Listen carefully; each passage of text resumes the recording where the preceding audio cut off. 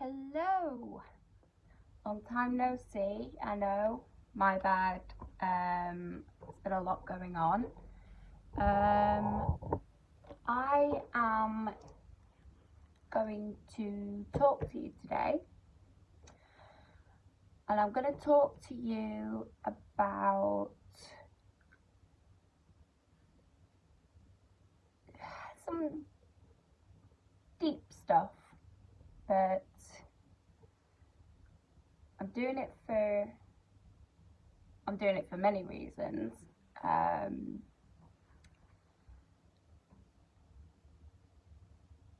But I'm doing it to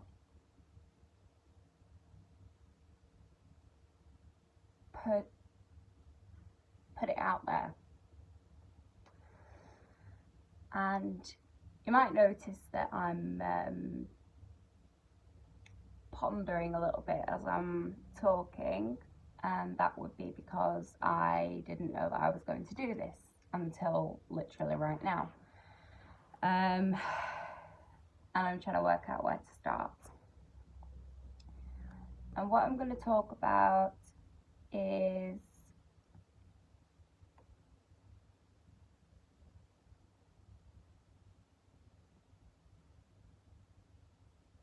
how, in fact, you know what? No, I'm going to open with a question. And the question might seem a bit weird, and it might even sound vain, but I'm asking it for a reason. And the question is, how do I look?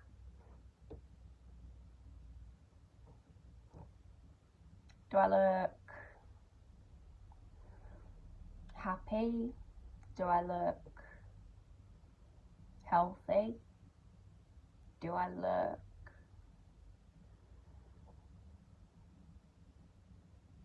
scared? Do I look upbeat? Do I look capable? Do I look able? And the reason that I'm asking this is because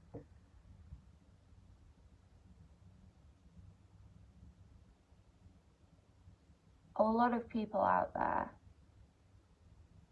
have got crippling disabilities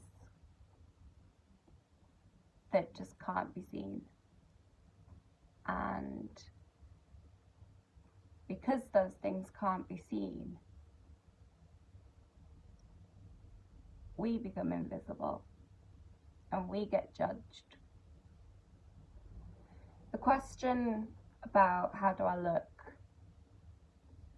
look happy? Do I look healthy? And the brutal and honest truth is no, I'm not happy and I'm not healthy, but I look it. And that is one of my biggest problems. I, as some of you may know, have a condition called Ehlers-Danlos syndrome, which has many different flavors, if you like, a lot of different varieties, and they range, and each variety ranges from fairly mild to life-halting. I'm 31 until next month, and I feel 1,000 years old. I am in pain 24/7. I I don't have a great deal of bladder control, which is humiliating enough. But because I can't climb stairs, even though I look like I can,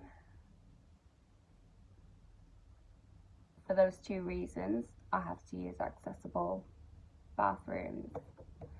And when I do that, I get judged because I look young and healthy. I've had to justify my use of those facilities to complete strangers, which is unbelievably humiliating to have to do, and nobody should have to do it, but we do, because those of us with invisible disabilities, we look absolutely fine, and it makes us look lazy, like we're taking advantage of a lot of things, really.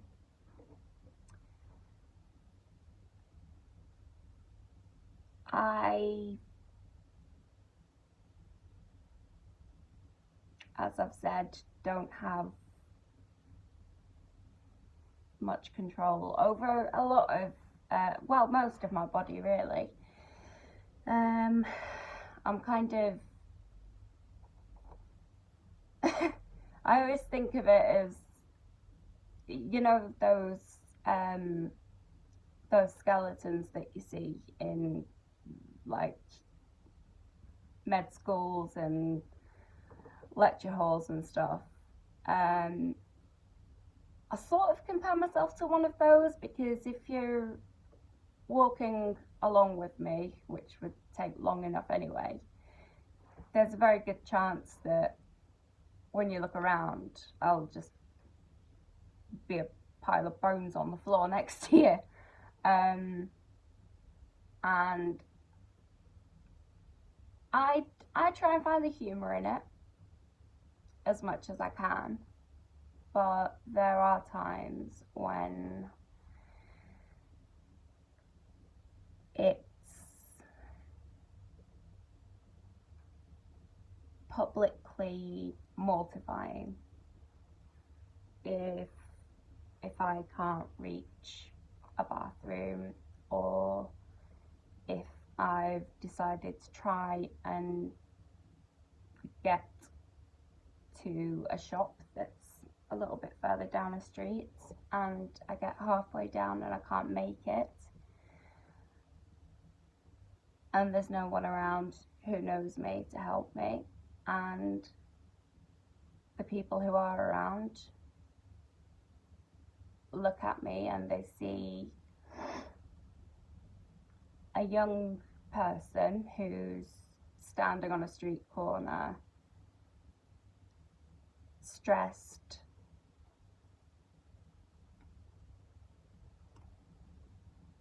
could appear shifty to people. You know, I've been accused of being a prostitute because I couldn't make it past one particular street corner one time, because something dislocated, I can't remember what it was, and some lady decided that meant I was a hooker and shouted, "We don't want your type round here," and then basically ran away before I could confront her. But to be honest, I couldn't have confronted her anyway, because I was in so much pain I could barely breathe. There's a lot with this condition that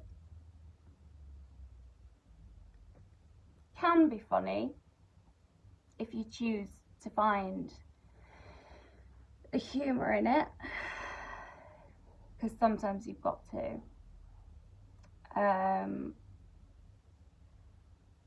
But there's a lot about it that's not funny, and this video will probably seem pretty random, and like I say, I'm doing it for a particular reason, not just because I feel it's important to talk about these things, instead of hiding from them or making excuses to people. I feel it's important that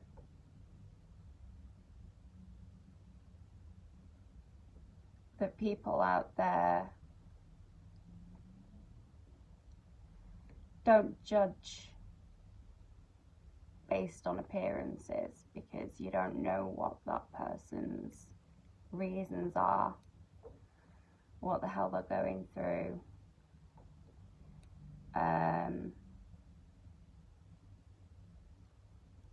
I'm trying to get a message out, and doing this today is because I have spoken in the past about EDS and oh blimey, and you know, the way it affects me, but I've never gone into details quite as personal as what I've just done. You know, incontinence isn't sexy, but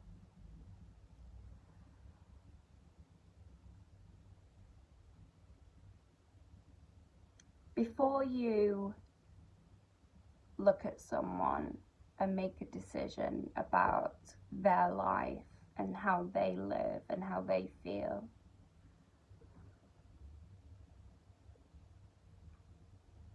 think about how it feels when someone does that to you. You know, whether you're someone who struggles with depression and hides it well, which is another problem of mine. I hide things far too well.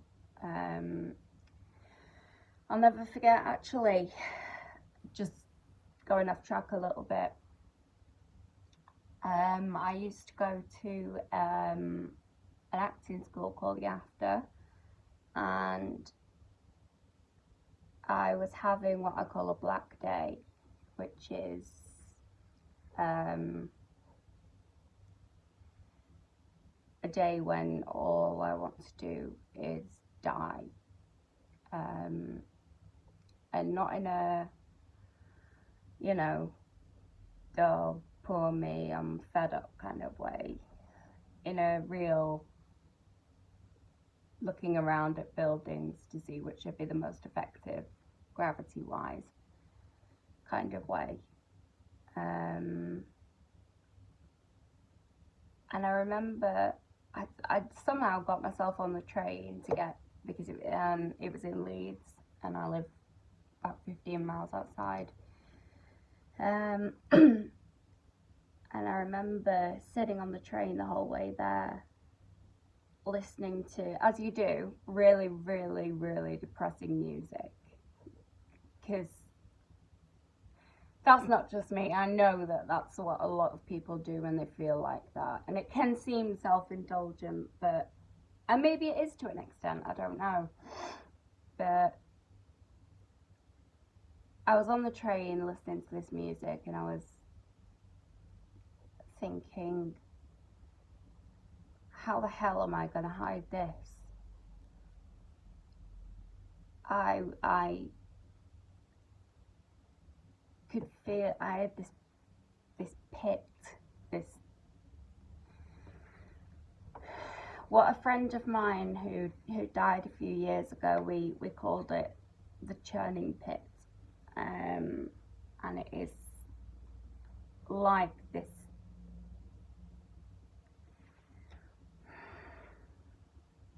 like those concrete barrels that you see, you know, where it's churning the stuff around.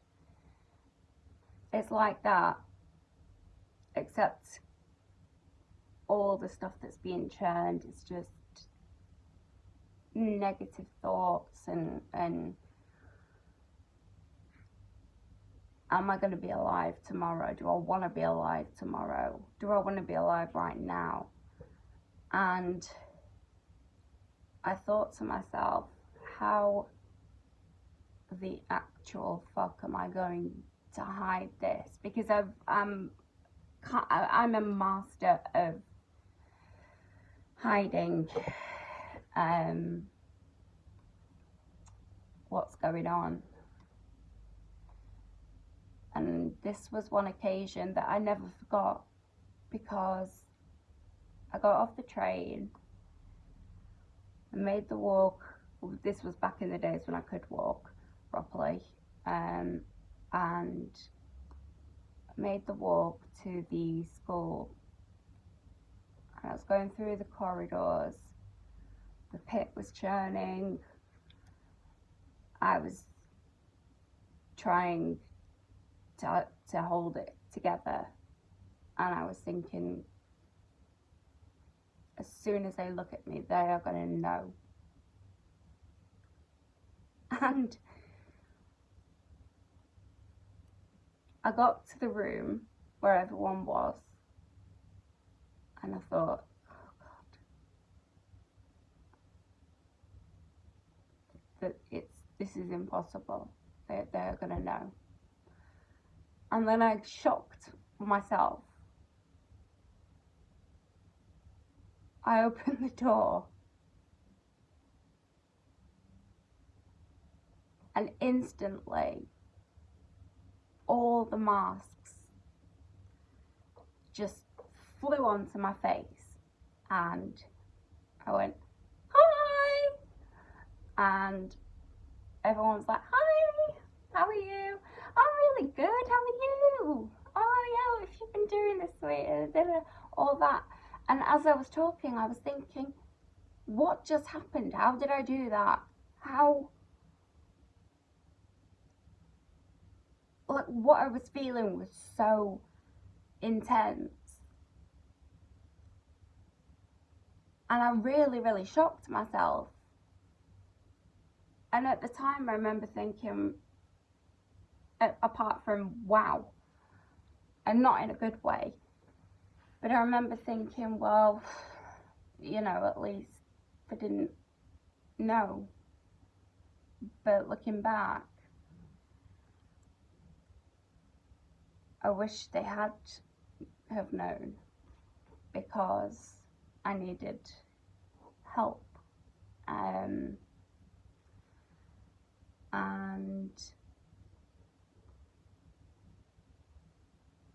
I carried on hiding. My EDS wasn't as bad back then, so it was more my mental health that I was struggling with. But over time I realised I needed help. I needed people, and that's one thing that I've never liked, is needing people. And back to present day, back to the EDS and the ridiculousness of it, the funny sides, the dark sides, and all the shades in between, as well as my mental health, because I've skipped over a massive breakdown in between those two things.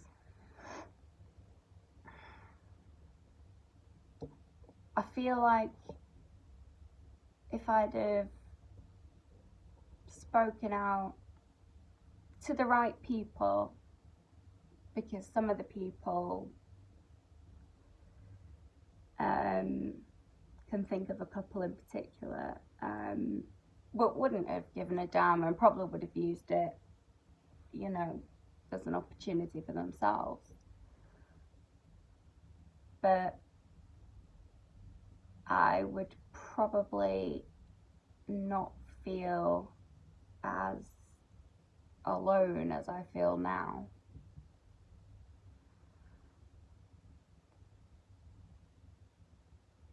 And I know that this video probably seems quite mixed and a bit back and forth, and what are you actually focusing on?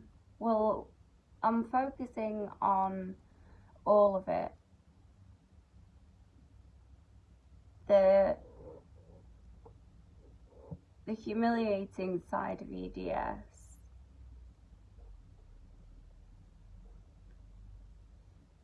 is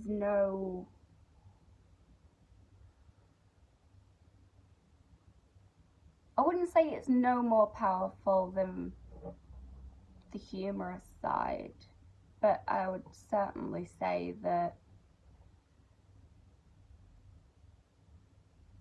humor is an excellent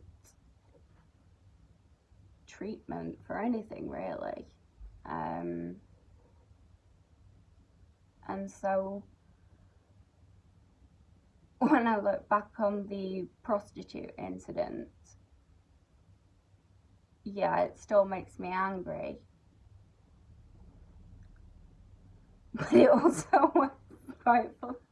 In retrospect, it's quite funny. It made me laugh. It makes me laugh now. It didn't at the time. And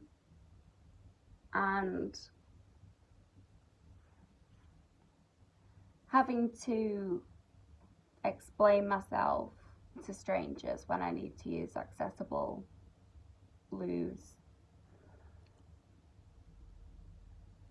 It doesn't have to be a humiliating experience, or certainly not for me.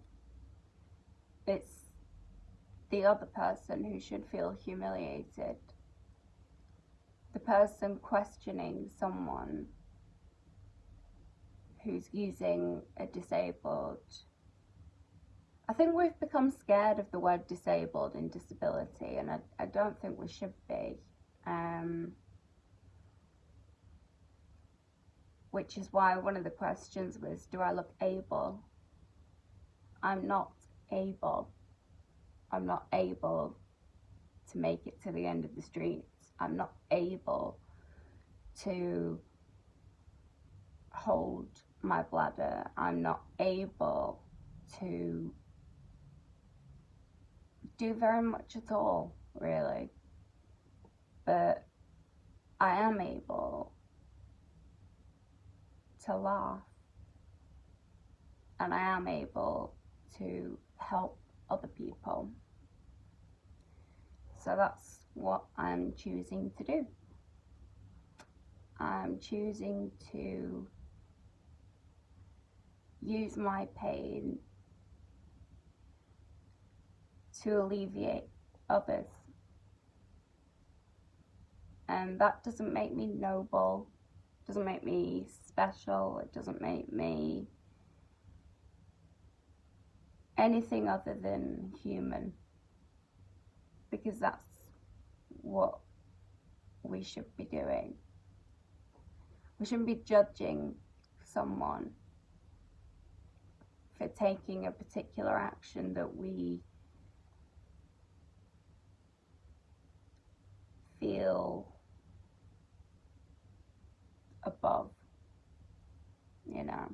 I never would dream of questioning somebody for using accessible or disabled, whichever one you want to call it, facilities, because I don't know what's going on with them, with their body, with their lives, you know.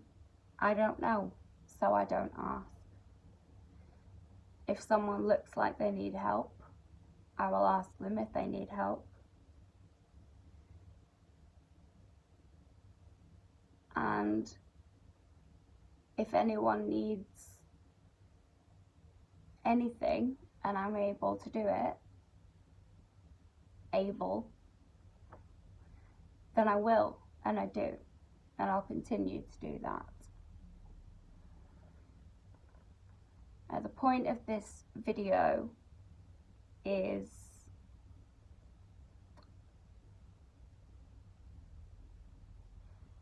I'm being dauntless.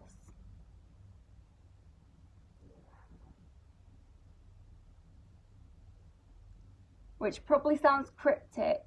I'll explain more about that later in the week. But I just wanted